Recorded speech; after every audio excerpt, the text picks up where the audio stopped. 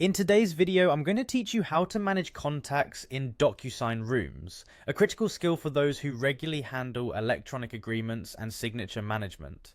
Let's start by navigating to the Docusign website, the #1 platform for electronic signatures and intelligent agreement management. Once you're on the homepage, the first step you'll take is to click on the Log In button. It's usually located in the upper right-hand corner of the screen, easy to spot due to its prominent placement there. After successfully logging in, you're directed to the Docusign homepage. From here, you'll want to locate and click on the Profile option. The Profile section is where you'll manage your personal settings and preferences, which includes your contact list.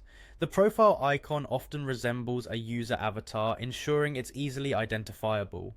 With the profile menu now visible, look for the My Preferences option and click on it.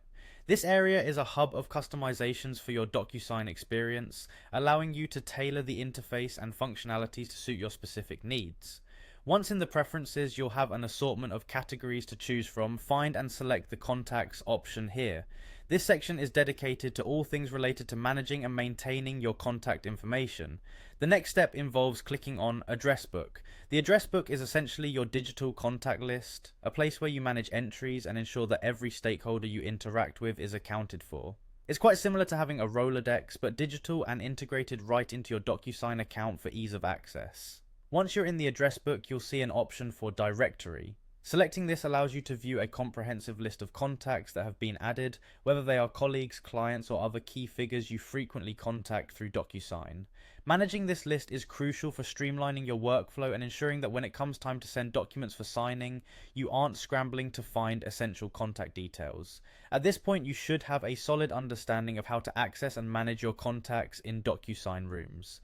By following these straightforward steps, you can ensure that your digital workspace remains organized and efficient.